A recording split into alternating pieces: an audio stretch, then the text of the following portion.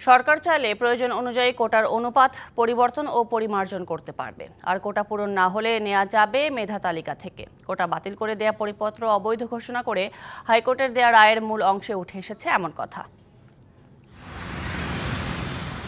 সরকারের পরিপত্র বাতিল করে কোটা পুনর্বহালে হাইকোর্টের দেয়া আলোচিত রায়ের মূল অংশ প্রকাশ করা হয়েছে।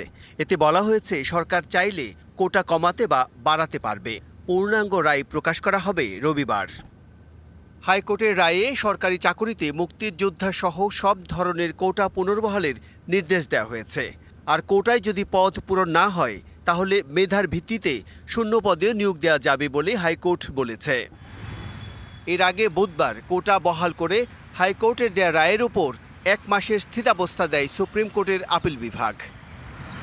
এদিকে কোটা নিয়ে সমাধান রাষ্ট্রের কোন বিভাগের কাছে এবং আন্দোলনকারীদের প্রতি সরকারের বার্তা কি তা জানতে জনপ্রশাসন মন্ত্রীকে সাংবাদিকরা জিজ্ঞেস করলে তিনিও বিচার বিভাগকেই দেখিয়ে দেন।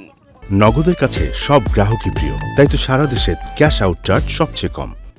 রাস্তায় না থেকে বিষয়টি আদালতে নিষ্পত্তি করা, যেটি যেখানে নিষ্পত্তি করা প্রয়োজন সেটি সেখানে নিষ্পত্তি করতে হবে।